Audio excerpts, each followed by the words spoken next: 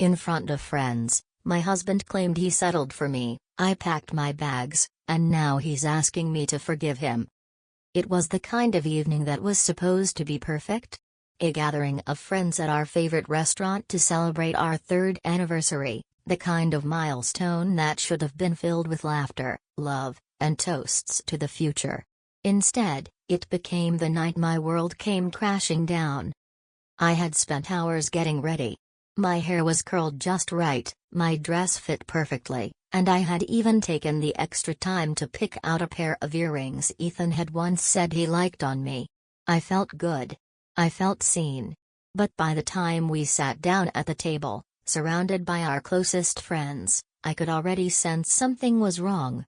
Ethan was distant, lost in his thoughts, barely acknowledging me as I talked about the things I was excited about for the year ahead.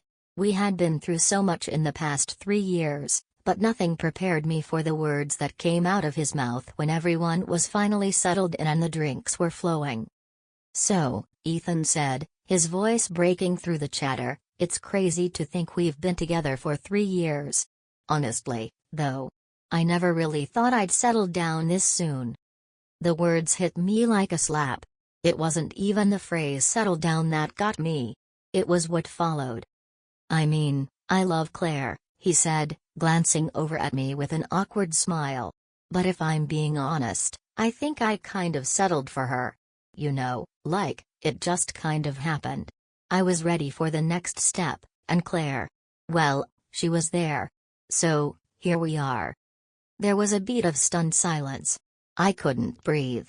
I thought I'd misheard him, but the disbelieving look on my friends' faces told me I hadn't. They didn't know how to react. My stomach churned, my heart pounded, and my hands grew cold. What did he mean by that? Settled for me? He had settled for me? I blinked, trying to process his words, trying to keep my composure in front of everyone. But the tears were already welling up in my eyes, and I could feel them threatening to spill. I glanced around the table, hoping someone would say something, anything, to break the tension. But no one did. My mind was racing, my thoughts so tangled I could barely grasp onto anything. I stared at Ethan, his face still caught between trying to explain himself and the awkwardness of the moment. He clearly didn't see what he had just done. Finally, I couldn't hold it in anymore. "Is that how you really feel, Ethan?"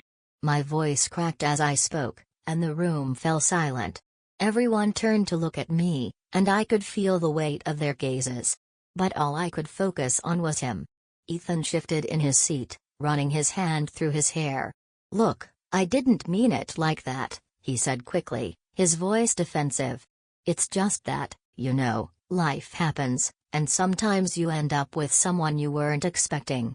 But that doesn't mean I don't love you, Claire. I do." "Then what the hell do you mean by settling?" I shot back, my hands trembling with frustration. "What does that even mean, Ethan? You think I'm a consolation prize?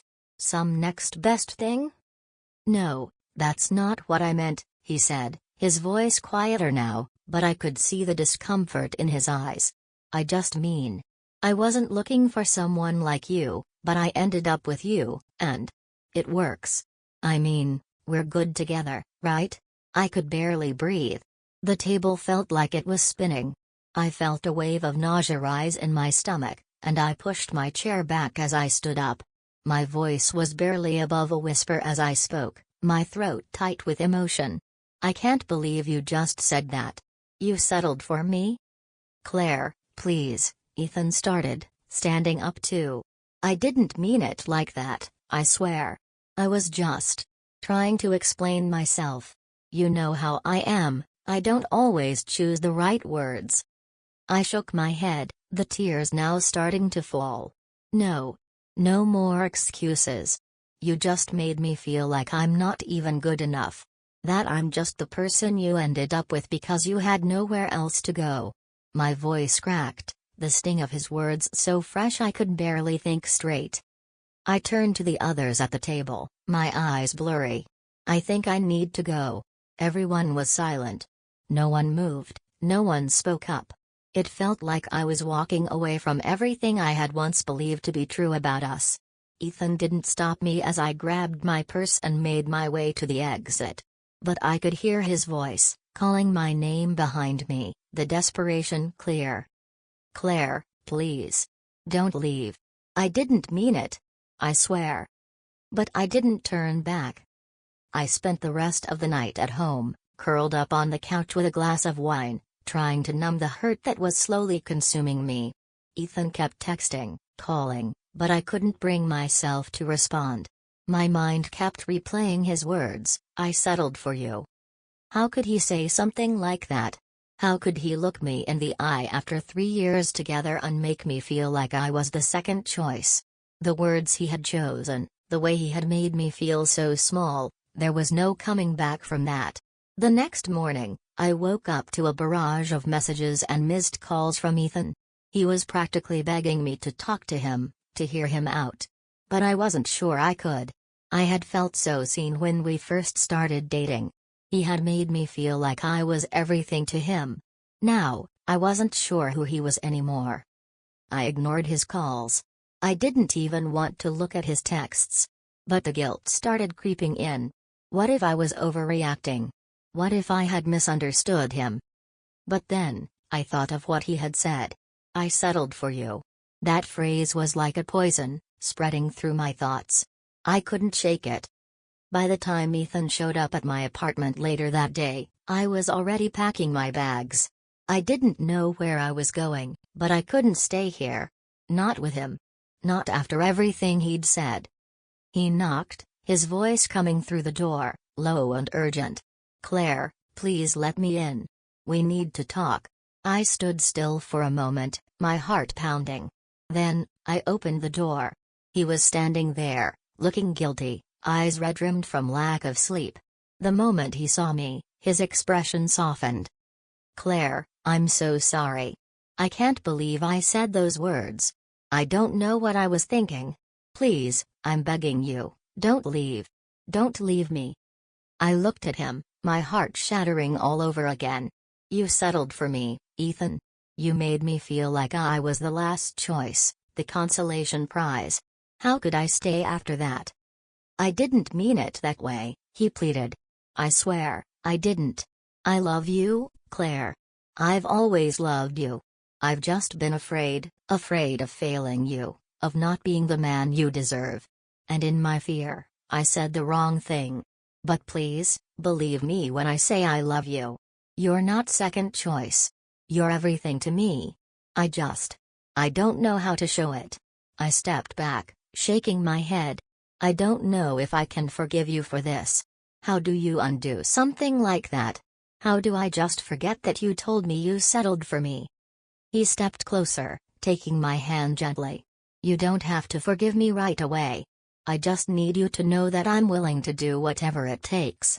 I'll prove it to you. Every day. I promise you won't regret giving me another chance. I'll spend my life making it right." I looked into his eyes, searching for something, anything, that could tell me he meant what he was saying. But all I saw was pain and regret. His usual confidence, the warmth I had come to rely on, was gone, replaced with something more raw, more vulnerable. It unsettled me. "Claire," he whispered, stepping closer, his voice strained. "Please. Don't walk away from us. Don't walk away from me." I shook my head slowly, taking a step back, my heart thudding painfully in my chest. "Ethan, how can I stay after what you said? You called it settling. How do I erase that from my mind? How do I just pretend it didn't happen?" He exhaled shakily, his hand reaching out, but stopping midair as if he were afraid to touch me. I know. And I hate myself for it. I didn't mean it, Claire. I promise you, I didn't mean it that way.